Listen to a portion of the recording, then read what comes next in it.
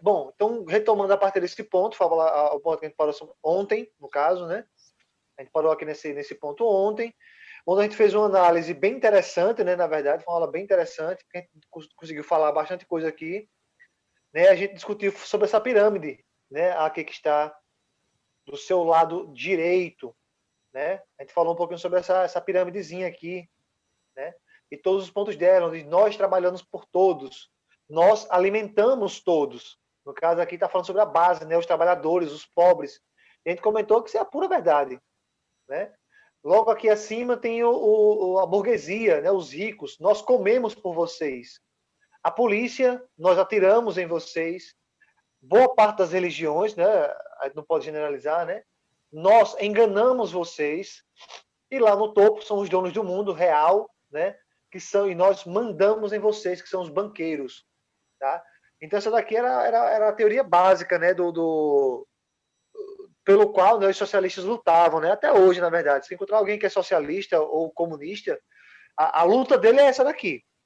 Tá? A luta dele é essa daqui, é contra essa pirâmide, entende? É contra essa pirâmide.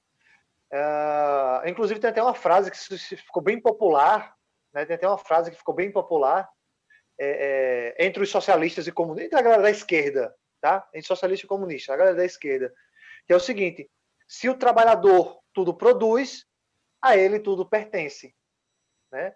Faz sentido, né? Entre aspas, né? Faz sentido. Se é ele que produz, por que ele fica com a pior coisa? Se é ele que produz tudo, por que ele não tem nada? Por que o rico é cada vez mais rico e o pobre é cada vez mais pobre? Né? São indagações aí bem pertinentes, né? Para a sociedade atual. Bom, e aí nós falamos um pouquinho aqui que a doutrina socialista, a luta dele é uma reação contra essas crises sociais e é uma proposta para um mundo mais justo. Tá? A teoria geral seria isso, seria uma proposta para um mundo mais justo. Certo? Bom, e aí no finalzinho da aula de ontem, eu falei para vocês sobre o socialismo utópico, tá? Socialismo utópico. Gente, olha só, o primeiro ponto que eu quero que vocês entendam é o seguinte, tá? Essa palavrinha aqui, utópico, alguém sabe o que significa essa palavra utópico? Alguém se arrisca aí a dizer? Vem de quê, Nicolinha? Utopia. Exatamente. E o que seria uma utopia? Agora, tipo, seria imperfeito. Na verdade, seria o contrário. Seria algo perfeito. Ah, perfeito. Tipo um sonho. Isso, exatamente. Então, assim, utopia, pessoal, seria, olha só, resumidamente, vocês podem até escrever quem quiser, até porque não tem aqui no slide, tá? O socialismo utópico ele vai surgir antes do científico, tá? Então, o socialismo utópico seria mais ou menos um ideal de perfeição, tá? Ideal de perfeição. Mas tem um detalhe importante. No caso do socialismo utópico, já que é um socialismo, tem a ver com a sociedade, com a sociologia, tá? Então, no caso aqui, seria uma ideia de sociedade perfeita, tá? Eu acho que essa daqui deve ser a definição melhor que eu posso dar para vocês, tá? Então, socialismo utópico ele tem a ver com um ideal de sociedade perfeita, tá? Mas qual é o problema básico do socialismo utópico? Gente, o problema básico, velho, é que não vai dar certo, mano. Não vai dar certo. Entende? Não vai dar certo. Porque é algo tão ilusório. Por exemplo, vocês acham que um dia... deixa eu dizer aqui uma ideia utópica para vocês. Um exemplo de ideia utópica para vocês. Vocês acham que algum dia vai acabar o debate sobre aborto? Certo. Não. Porque Não. É porque cada pessoa tem seus ideais diferentes. Exatamente. Gente, sempre vai haver aqueles que defendam a vida acima de tudo, blá, blá, blá, blá, blá, e sempre vai haver aqueles que defendem a liberdade total do ser humano. Tá? E aí, se você for observar os argumentos que defendem o aborto, são argumentos fortíssimos. Os argumentos que são contra o aborto são argumentos fortíssimos. E sempre o pano de fundo vai ser a religião. Né? Claro, a maioria das discussões tem a ver com a religião um pouco ali. Entende, pessoal? Então, assim, você imagina uma sociedade onde não vai haver debate sobre aborto, É uma utopia. Você imagina uma sociedade onde não vai haver desigualdade social? Sinto muito, é uma utopia. Você imagina uma sociedade onde o Brasil será honesto? É uma utopia. Simples assim. Deu para entender, né, gente, o que é utopia? Eu acho que sim, né? Se não ficou claro, pelo amor de Deus, me digam aí. Mas eu acho que ficou claro, né? Ficou claro, sim. Então, nós temos aqui, gente, como principais nomes, tá? Os principais nomes dessa teoria aqui, tá? Nós temos aí, primeiro, Robert Owen, tá? Robert Owen é o primeiro grande nome que eu posso citar para vocês aqui, tá? O segundo é o Charles Fourier, tá? Charles Fourier. O terceiro que eu posso falar para você, Saint-Simon, tá? Saint-Simon é outro socialista utópico. E outro socialista utópico que eu posso falar para vocês é o Thomas Moros, tá? Thomas Moros. Se quiser, não precisa escrever não, tá, gente? Aqui é só para vocês terem um vislumbre aqui desses camaradas, tá? Então nós temos aqui os principais nomes: Robert Owen, Charles Fourier, Saint-Simon e o Thomas Moros, tá? Esse último carinha, gente, o Thomas Moros, ele escreveu um livrozinho bem pequenininho, você encontra facilmente em qualquer papelaria, é R$5, para vocês terem uma ideia de como o brasileiro valoriza a filosofia, né? Ou a ciência, enfim. É 5 continho, baratíssimo, tá? Você consegue encontrar esse livro do Thomas Moros. E o Thomas Moros escreveu um livro chamado Utopia, tá? Utopia. Nesse livro, cara, olha só a ideia que ele tinha. Nesse livro, ele descreve, tá? Ele vai descrever uma sociedade onde não tem desigualdade social, onde não tem violência, onde não tem corrupção, onde não tem...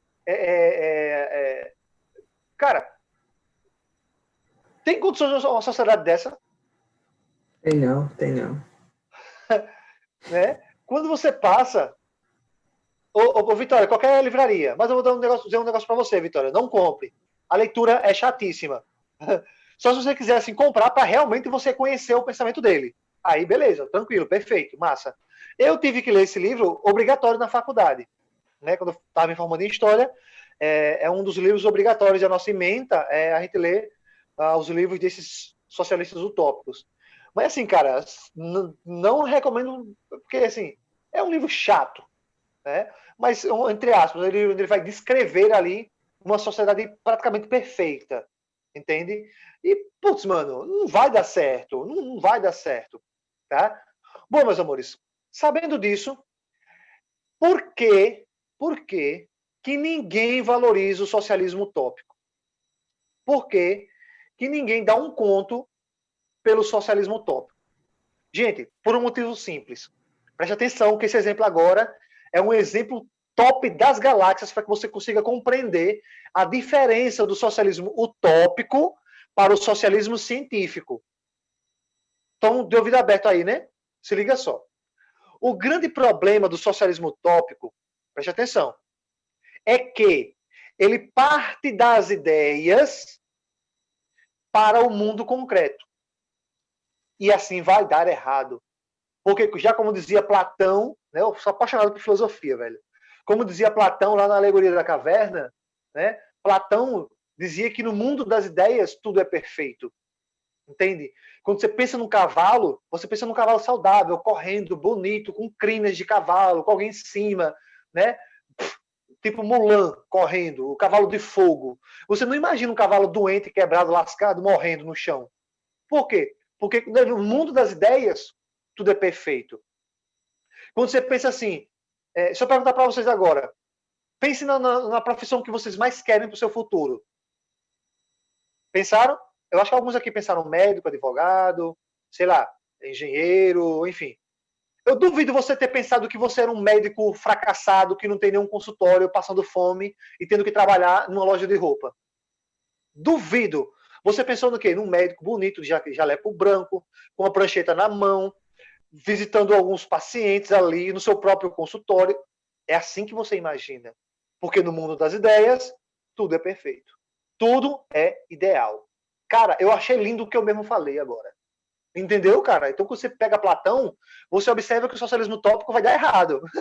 Por que vai dar errado? Porque ele parte das ideias onde tudo é perfeito, onde tudo é ideal, para o mundo concreto. Aí quebra a cara.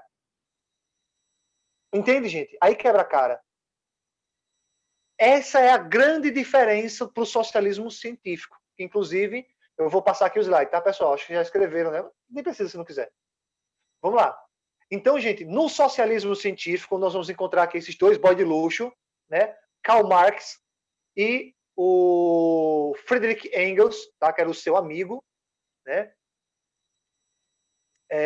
O Friedrich Engels. E esses dois caras aqui, gente, eles são tipo os pais do socialismo científico, tá? Eles são meio que os precursores do socialismo científico. Inclusive, cara, esse jovenzito aqui, ó, o Friedrich Engels, tá? Esse camaradinho aqui, ele escreveu um dos livros mais fantásticos que eu já li na minha vida. O nome do livro é A Origem da Família, da Propriedade Privada e do Estado. Cara, esse livro ele fez um estudo profundo sobre as sociedades primitivas, lá do período neolítico. Ele estudou como foi que o ser humano desenvolveu, o porquê de ter se desenvolvido, o porquê. Gente, um fato que eu aprendi nesse livro dele, eu tenho esse livro aqui na minha estante, né? A Origem da Família, da Propriedade Privada e do Estado. Nesse livro, cara, ele explica como foi que o direito materno passou a ser o direito paterno. Gente, quem mandava nas sociedades antigas era a mulher. Ela era quem era líder, era quem mandava na bocada. Hoje em dia, nós vivemos, ainda hoje em dia, nós vivemos numa sociedade patriarcalista, né? Onde a figura do homem é a figura de poder da casa. Não é assim? Né? Então, nesse livro do Friedrich Engels, ele explica como se passou de uma sociedade matriarcal para uma sociedade patriarcal. E isso é fantástico, velho. Isso é lindo. Entende? É lindo a maneira como ele explica. É um livro denso, complexo, né? Você vai ter que ler e reler algumas partes para poder entender, mas é muito bom. Certo, gente? Bom, mas partindo para cá para o socialismo científico, gente, qual a diferença do socialismo científico para o socialismo utópico? Como eu falei, o utópico ele parte do ideal, da ideia, para o mundo concreto, o mundo real, o mundo empírico, o mundo sensível. O científico é o contrário. Ele parte do mundo real, ele parte do mundo concreto, do mundo sensível, e aí, a partir do real, ele busca soluções. Entende? E isso é extraordinário, velho. Isso é extraordinário. Entende? Ele parte do mundo real, e no mundo real ele busca soluções. Entende? É nesse sentido que eu falo.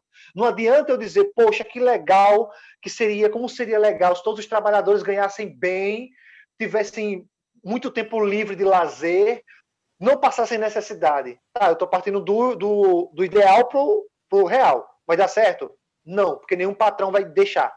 Nenhum patrão vai pagar a mais. Nenhum patrão vai permitir horas de lazer para o funcionário. Entende? Não vai. Não vai. Né? Para vocês terem uma ideia, eu trabalhei há vários anos atrás, eu trabalhei no supermercado aqui, né? Que eu não quero falar para não levar processo, mas é um supermercado que só tem números, né? Supermercado tal data de novembro, enfim, né? Pode ser qualquer data. Pega o bonde aí quem entendeu, né? Ninguém entendeu, então, assim, ninguém. eu trabalhei no certo supermercado, né? Trabalhei no certo supermercado por aí, onde eu fui demitido porque eu estudava nas horas vagas.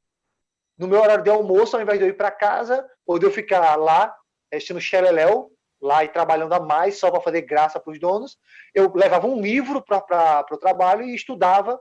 Foi até na época que eu estava me preparando para o vestibular, e eu fui demitido por isso. E também porque, nas reuniões, eu não ficava calado, porque eu nunca aceitei ver coisa errada e ficar calado, eu falava, e aí, obviamente, para o mundo do capitalismo, nenhum patrão vai gostar de quem fala, nenhum patrão vai gostar de quem reclama, nenhum patrão vai gostar de quem estude. Entende? Patrões, o capitalismo gosta de pessoas passivas, caladinhas e submissas. Isso é lindo. Porque o patrão ele só quer que você esteja abaixo dele e nada demais para submisso. Ele quer pessoas submissas. Entende? Bom, deu para entender, né, pessoal? Então, assim, Quando você pega o mundo real, concreto, e aí você percebe que o utópico não vai funcionar. Tá? Por isso que, em 1848, esses dois jovens pimpolhos lindos, maravilhosos dos céus aqui, Karl Marx e Friedrich Engels, tá? Esses dois jovens aqui, gente, eles vão escrever esse livro chamado O Manifesto Comunista, ou em algumas traduções, Manifesto do Partido Comunista. Eu também tenho esse livro aqui na minha estante, já li esse livro acho que umas 3 vezes, né? Bom, então é nesse livro, gente, que ele vai dar todas as bases para o socialismo até chegar no comunismo. Agora eu quero que vocês entendam uma coisa importante aqui, gente. Eu vou tentar desenhar aqui, vai ficar horroroso, até sei já. Olha só. Eu vou tentar fazer uma escadinha aqui para que vocês entendam o que eu quero falar. Se liga só. Pronto, consegui. Olha só. Baseado nas teorias do Marx e do Engels, a história do homem foi uma história de luta de classes. Tá até aqui, ó. Tá? Foi uma história de luta de classes. Na pré-história, era a luta de quem queria a terra com quem já tinha a terra. Na antiguidade, era a luta dos reis e nobres contra os servos. Na Idade Média, era a luta dos senhores feudais contra os servos. Na Idade Moderna, era a luta dos reis contra a burguesia. E na nossa sociedade atual, contemporânea, é a luta da burguesia contra o proletariado, contra os trabalhadores. Entende? Então, existe essa luta de classes. Se você for pensar bem, faz sentido. Né? Existe essa luta de classes. E aí, para Marx, né, para o Karl Marx, e toda a teoria dele, gente, é baseada no chamado materialismo histórico. Inclusive, ele escreve um livro para só explicar essa teoria dele, chamado materialismo histórico. Na verdade, dialética do materialismo histórico. Né? Bom, o nome do livro é Ideologia Alemã. Eu também tenho esse livro, já li esse livro acho que umas 2 vezes. Né? O nome do livro é A Ideologia Alemã, do Karl Marx. E nesse livro ele vai explicar o que seria o materialismo histórico. Gente, resumidamente, Marx vai dizer que vai existir essa luta de classes, tá? Inclusive está até aqui, eu nem percebi, mas está aqui, ó, né? Materialismo histórico, né? Materialismo histórico dialético, que basicamente Marx vai dizer o seguinte, gente, que existe ao longo da história humana uma luta de classes, certo? Vai existir na história do homem aí uma luta de classes, né? E essa luta de classes é baseada nas coisas materiais, tá? Nos bens materiais, no dinheiro, na busca pelo dinheiro, na busca por terras, sempre por alguma coisa. Por isso, materialismo. Histórico, porque essa luta é desde que o mundo é mundo, desde a origem do homem até hoje. Tá? Bom, então Marx vai dizer que existe a sociedade primitiva, existe a sociedade antiga, e até chegar na nossa sociedade moderna, que é baseada no capitalismo. Então, a partir de agora, gente, eu quero que vocês entendam o seguinte. Eu quero que vocês entendam que, para Marx, esse primeiro degrauzinho aqui é o que a gente está, que é o capitalismo. Ok? Tudo bem até aqui, pessoal? Vocês entenderam a minha metáfora aqui? Eu estou tentando deixar fácil uma coisa que não é tão fácil de se explicar. Me dá um feedback vocês aí. Vocês entenderam, gente, isso? Isso que eu falei? Eu quero que vocês entendam que esse primeiro degrauzinho aqui seria o capitalismo. Ninguém me deu um feedback. Pelo amor de Deus, vocês estão vivos? Eu estou entendendo. Sim, entendi. Deu para entender, né? Deu. Pronto. Então, essa primeira fase, gente, aqui, ó, esse primeiro degrauzinho aqui é o capitalismo. É o que nós estamos agora. Certo? Sacou, né? Para Marx, quando nós vencemos o capitalismo, nós chegaremos num estado socialista. É o segundo degrau. Então, meio que o socialismo seria uma passagem para algo melhor, para uma sociedade ideal. E que sociedade ideal é essa, gente? É o comunismo. Vocês notaram que o socialismo fica no meio? Então, o socialismo, na verdade, pessoal, para vocês não ficarem com dúvidas quando vocês ouvirem em algum lugar, tá? Socialismo, na verdade, seria uma luta, tá? Ele fica aqui no meio, ó. Seria meio melhor. Isso, exatamente. Então, meio que seria a metade do caminho até chegar numa sociedade perfeita, numa sociedade comunal. Por isso o nome comunismo. Entenderam, pessoal? Então, o comunismo é isso. Seria uma sociedade onde não haveria mais um Estado, ou o Estado seria governado pelos próprios trabalhadores, seria uma sociedade onde não haveria mais desigualdade social, porque ninguém precisaria trabalhar para ninguém, cada um teria sua própria produção, teria uma vida melhor, uma vida mais justa e tal. Você fala assim, professor, mas isso aí não é utópico? Gente, perceba que Marx ele começou pelo capitalismo. Então ele está partindo do real, do mundo sensível, mundo empírico, o mundo que vivemos, e ele diz que só através do socialismo nós conseguiríamos vencer o capitalismo para, assim, através do socialismo, chegar ao comunismo. Cara, essa explicação agora foi maravilhosa. Eu acho que eu nunca dei uma explicação tão boa quanto essa, para você entender o caminho até o comunismo. Ficou alguma dúvida, gente, nisso aqui? Não. Não. E aí, me dá um feedback vocês aí. Para quem não quiser falar, a gente vai só escrever no chat. Tá? Só escrever no chat que aí não adianta eu avançar se você não pegou o bonde junto comigo. E agora só 2 pessoas. Estou começando a ficar preocupado. Tá maneiro. Bom, já que todo mundo entendeu essa parte aqui, né, então você observa, gente, que o socialismo, né, ele não é de todo ruim. Agora a questão é, todas as tentativas de aplicar o socialismo, todas as tentativas de vencer o capitalismo, acabou se igualando a ele. Sabe quando alguém xinga você e você xinga de volta, você se rebaixou ao nível dele. Entende? Você fez a mesma coisa.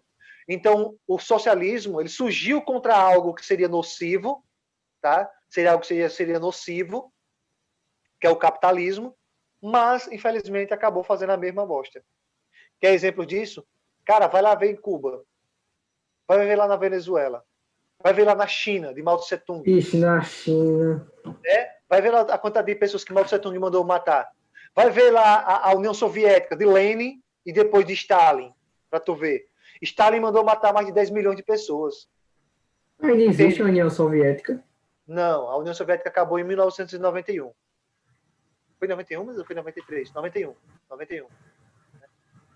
Bom, deu para entender, gente, isso aí? Então, assim, cara, o problema não está na teoria, está nas pessoas que aplicam, porque o ser humano é zoado. Né? É tipo religião. Eu vejo um monte de gente assim, mas eu não vou mais para a igreja porque tem muita gente hipócrita lá dentro da igreja, tem muita gente errada. Certo, primeiramente, você entrou na igreja porque foi por Cristo ou foi por causa das pessoas? Se você entrou por causa das pessoas, você já entrou errado. Entende? Então, você dizer que você não vai para a igreja porque por causa das pessoas que tem lá é tudo errada, é a desculpa mais fraca que você pode dar. E você está sendo igual a eles. Entende? Então, assim, mano, esse exemplo é só para vocês entenderem essa questão do socialismo. Tá? A teoria é boa. Não tem como você negar que a teoria é boa. O problema é como ela foi aplicada até hoje. Né? E o pior, justamente devido à forma como ela foi aplicada até hoje, zoou tudo, mano. Zoou tudo, porque agora já está manchada. A imagem de comunismo e socialismo está completamente manchada. Ninguém Hoje dá valor mais para... O pessoal vê que quando você fala comunismo e socialismo, vê como se fosse um monstro. Bicho. É aquilo que eu falei para vocês ontem, gente. Existe hoje em dia uma demonização do comunismo. Entende? Existe uma demonização muito grande do comunismo e do socialismo. E a pergunta que fica quando você vê alguém criticando o comunismo ou o socialismo, pergunta ele quantos livros ele já leu sobre socialismo e sobre comunismo. Ele não leu, mano. O que é que ele vê? O que ele vê é o que ele vê na televisão, o que ele vê em vídeo do YouTube, gente metendo a porrada, e até com razão, né? E utilizando esses mesmos exemplos que eu disse para vocês. Cuba, a China de Mao Tse Tung, a União Soviética de Stalin, enfim. Então, mano, né? A gente não pode nem tirar o mérito de uma pessoa que critica o socialismo, porque realmente a maneira como ela foi aplicada foi um lixo. Entende? Foi pior do que a direita, do que a extrema-direita. Entende? Como eu acabei de falar para vocês, vai pesquisar vídeos para tu ver como é que foi a China na época do Mao Tse Tung, do imperador Mao Tse Tung lá na China, para tu ver a quantidade de pessoas que eram torturadas e assassinadas todos os dias. Entende? Aí, mano, então, zoado, velho, zoado. Tá, gente? Então, aquilo que eu falei para vocês, o Marx defendia essa ideia de luta de classe, tá? Como eu falei aqui para vocês, né? Marx vai dizer que existe uma luta de classes, certo? Bom, e o que nos importa aqui para a gente poder encerrar o nosso conteúdo, essa parte aqui sobre o socialismo, é que através de uma revolução socialista, tá? No caso, uma revolução socialista, no caso, uma ditadura do proletariado, ou seja, dos trabalhadores. No caso, haveria uma socialização dos meios de produção e o fim da propriedade privada, tá? E só através disso chegaria-se no comunismo, que seria uma sociedade aí, né, onde você pode falar. Tem alguém que ligou o áudio aí. Enfim, então só assim chegaríamos, através dessa revolução socialista, chegaríamos no comunismo, que seria uma sociedade com o fim das desigualdades sociais e o fim do Estado. No caso, é aquela frase que eu falei para vocês. Se o trabalhador tudo produz, a ele tudo pertence. Tá? Essa frase não é minha, só para deixar bem claro para vocês. Tá? Essa frase não é minha. Tá? Mas é uma frase comum. Né? Eu, inclusive, eu nem me recordo agora de quem é essa frase. Eu não sei se é do Marx. Não me recordo agora de quem é essa frase. Tá? Mas é uma frase bem comum aí no meio socialista. É essa, né? Se o trabalhador tudo produz, se o trabalhador tudo produz, se o proletário tudo produz, a ele tudo pertence. Só para constar, gente, proletário, tá? A palavra proletariado, eu falei isso para vocês lá no assunto sobre Revolução Industrial, é a mesma coisa que operário, tá? Trabalhador operário, tá? De trabalhador de fábricas, indústrias. Bom, então eu acho que eu expliquei já as partes mais importantes, eu acho que eu deixei bem claro para vocês aqui, tudo detalhado, né? Revolução socialista seria um meio para chegar ao comunismo, tá? Que seria uma sociedade onde nós já estaríamos aqui vencendo o capitalismo. Certo? Certo. Bom, lembrando, se tiver alguma dúvida, pergunte. Então vamos aqui para o slide final já. Nós temos aqui a nossa última teoria, tá? Essa teoria daqui, gente, é o chamado, acho que vocês já viram, né? É o chamado anarquismo. Já ouviram falar, gente, em anarquismo? Não. Eu não ouvi, não. É o anarquismo. Gente, olha só, o anarquismo vem de anarquia. Se você for se você for no dicionário, tá? Se você for a um dicionário, você vai observar que a palavra anarquia, ela significa uma atitude radical para com alguma coisa. Não Tá? tem a ver com monarquia, não, né? Não, tem não, meu amor. Monarquia é um governo de um rei, né? Monarquia é um sistema de governo. Anarquia é uma teoria ideológica, tá? Então é diferente, tá, meu amor? Monarquia é o governo de um rei, é um reinado, onde tem uma sociedade que tem um governo baseado em um rei, tá? Anarquia, tá, gente? É uma sociedade. Vamos lá, então vamos primeira coisa aqui, tá? É o chamado anarquismo, tá? Anarquismo. Então nós temos aqui, cara, o criador, não digo criador, mas eu digo assim, o precursor, sabe? O cabeça, tá? O cabeça da primeira grande teoria, né? O cara que fez o anarquismo ganhar renome foi esse maluco aqui, Pierre-Joseph Proudhon, tá? Pierre-Joseph Proudhon. Inclusive tem até uma história engraçada, gente, interessante, tá? Tem até uma história engraçada interessante que é o seguinte: o Proudhon escreveu um livro chamado Filosofia da Miséria. Se liga só, presta atenção. O Proudhon, esse jovem pimpolho, garotão de luxo aqui, ó, tá? Ele escreveu um livro chamado Filosofia da Miséria. Tá? Presta atenção, Filosofia da Miséria. Ou seja, uma reflexão, né? Filosofia, uma reflexão sobre essa sociedade miserável devido ao capitalismo.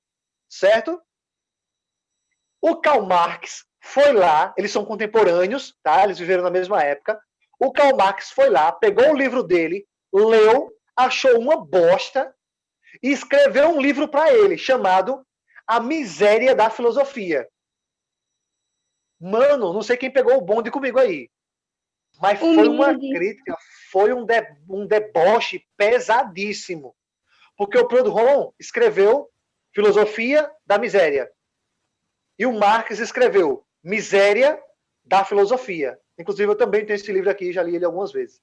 Miséria da Filosofia. Gente, se você inverte os termos, os conceitos, você vai observar que vai ter um novo significado. Miséria da Filosofia, tá? Deixa eu ver aqui. Tá bom, Vitória, tá bom. Viu, gente? Esse livro Miséria da Filosofia, ou seja, miséria é algo ruim, algo podre, zoado, ruim, sujo. E filosofia, gente, não sei se vocês entenderam isso. O deboche que o Marx fez. O Proudhon fez uma reflexão sobre a miséria. Mas só que o Marx achou tão fraca, tão lixo essa reflexão, que ele disse que era uma reflexão miserável. É uma miséria da filosofia. Onde o Marx é o livro inteiro metendo a porrada no Proudhon, dizendo que o livro dele é um lixo, que não tinha base teórica. Cara, maravilhoso, velho. Né? Seria tipo briga de internet, só que no século XIX. Entendeu, pessoal? Então, nós temos aqui as primeiras grandes teorias aqui do Proudhon, tá? Ou Proudhon, né, como alguns gostam de chamar, né? Proudhon ou Proudhon, dá no mesmo, no final das contas. Tá? Primeira coisa, nós temos aqui defesa de valores liberais e pequena propriedade, crítica ao capitalismo, e ele vai propor algumas coisas, entre elas, criação de cooperativas e bancos, empréstimos sem juros, crédito gratuito ao trabalhador e uma sociedade sem classes, fim da exploração e igualdade social. Você observa, gente, que é praticamente igual, né, assim, entre aspas, é praticamente igual ao comunismo, né, igual ao socialismo. No caso, é o que o socialismo prega.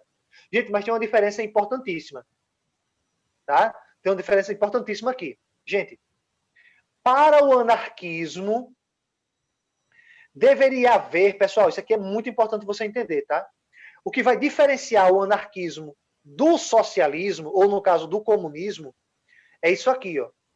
O anarquismo defendia a total inexistência, tá?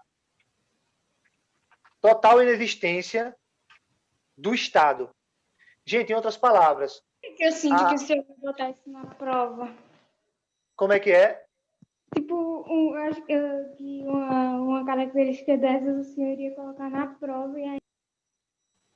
Exatamente. Então, olha só, o anarquismo, pessoal, para você poder saber diferenciar bem o anarquismo do socialismo, é isso.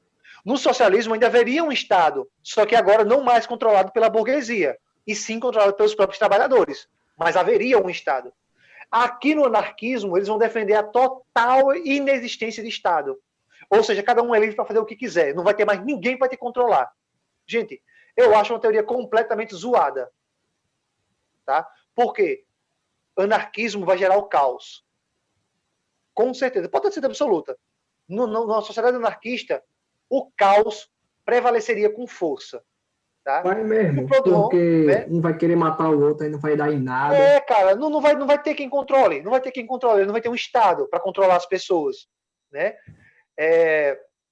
E aí, né, o Proudhon ele acabou influenciando um cara, né, que ele é muito famoso, considerado o maior renome, né, do anarquismo, que é o Mikhail Bakunin, né? Que ele é um líder do anarquismo terrorista. Então você já pode observar aí que ele a teoria dele é bem extremista, né? Na total destruição do Estado, defesa via revolucionária, ou seja, através da violência mesmo, e a transição comunista sem fase intermediária. Então, o anarquismo defendia que não deveria ter socialismo no meio. O anarquismo defende que do capitalismo, tem que destruir o capitalismo e passar direto para o comunismo. Entendeu agora, gente, a diferença? Ou seja, você pode observar, gente, que é uma atitude bem violenta. É uma postura violenta. Entende? E o principal símbolo, não sei se quem aqui já viu o símbolo do anarquismo, né? Eu não sei qual de vocês aqui já viram o símbolo do anarquismo. Eu vou tentar desenhar aqui, eu acho que vai ficar zoado, mas eu vou tentar desenhar aqui, tá? Gente, o símbolo do anarquismo é basicamente isso aqui, ó. É um círculo com mais ou menos deixa eu ver se eu consigo fazer aqui. Ou seja, inclusive aqui em Arapiraca tem vários lugares que tem, viu, gente? Esse símbolo aqui, eu já vi em vários lugares aqui de Arapiraca. É tipo a letra A, desse jeito aqui, consegui. Todo lugar que você passar, que você vê esse símbolo, esse círculo com essa letra A cortada desse jeito, do jeito que está aqui, isso aqui significa que é um símbolo anarquista. Inclusive, tem algumas pessoas pichado, aqui... Pronto, exatamente. Inclusive, aqui em Arapiraca, eu conheço alguns amigos meus, ex-conhecidos colegas, amigos meus, que são anarquistas. tá? Que são anarquistas. Inclusive, na época que eu andava de skate, eu me considerava como anarquista também, certo? Bom, gente, então a gente encerra por aqui o nosso assunto, tá? Espero que vocês tenham gostado, espero que vocês tenham aprendido algo novo. Podem revisar essa aula lá na aula gravada, para vocês poderem revisar alguns pontos aqui, tá? Então, a partir da próxima semana, já iremos começar com um novo assunto, certo? Então, a gente encerra as ideologias do século XIX nesse ponto aqui.